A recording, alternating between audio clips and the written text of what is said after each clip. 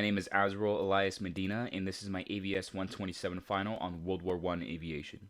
Today we'll be talking about the early uses of airplanes, famous aces of World War I's, and the tactics and innovations that set up the aviation theater for World War II. So, let's get to it. The main functions of early World War I aviation was strictly reconnaissance and moving deep behind enemy lines to track enemy movements and units. The type of aerial information proved vital in early operations, such as in 1914, British recon planes flying with the RFC, also known as the Royal Flying Corps, alerted the British and French units for an impending siege on Paris, leading to Allied forces to counterattack on the German flank.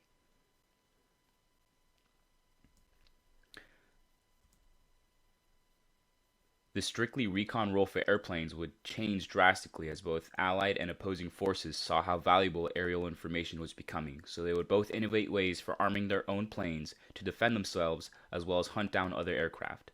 The main challenge faced was the propeller location itself. The best place to put a turret would be at the front of the aircraft where the pilot could both point the plane and the gun at the enemy at the same time. The Germans came through first with the interrupter that allowed machine gun fire to pass through the spinning propeller. Here we have an animation showing the Cowper interrupter gear invented by Harry Cowper in 1916.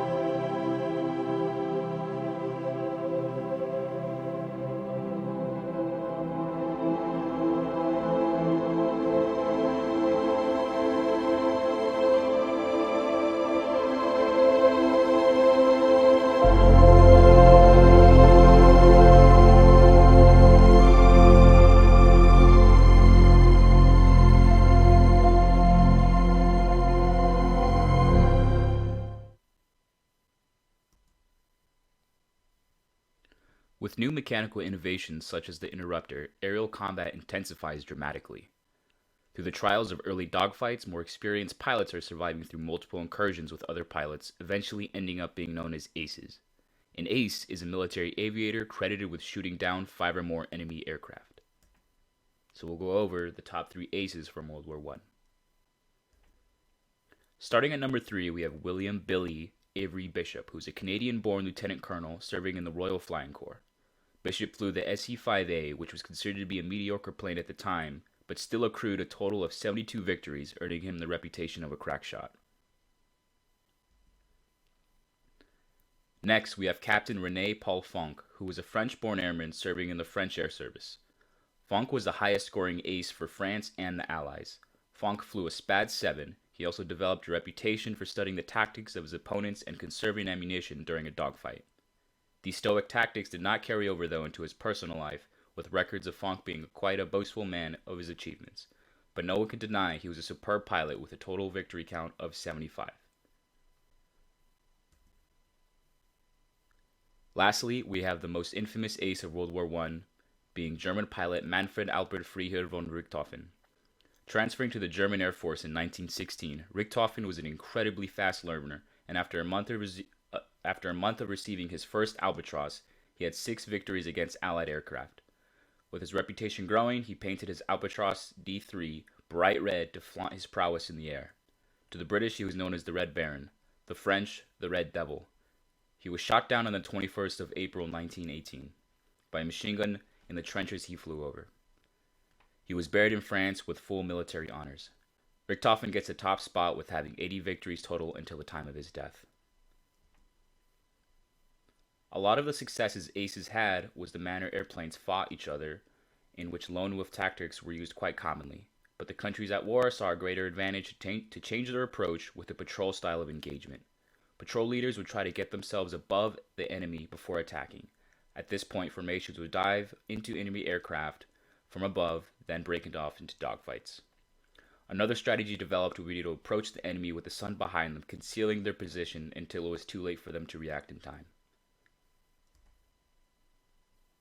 The training the men had for flying in World War I was far from satisfactory, though. Some men only had a few hours of training before being sent on active missions due to an ever-increasing demand for pilots. As a result, the length of basic training was minimal, so it was important as their instruction was easy to understand. This short training would lead to heavy losses as inexperience in the air often proved fatal.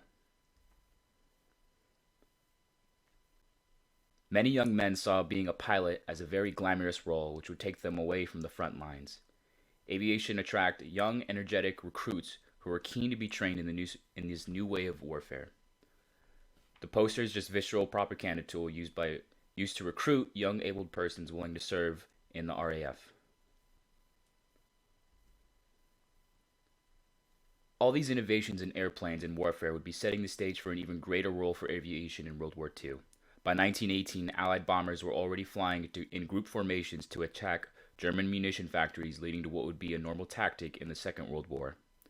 Historian John Goodman said it was indisputable for airplanes being the weapon of the future. This does conclude my video. Thank you for watching. I will have some sources posted at the end of the video. Thank you.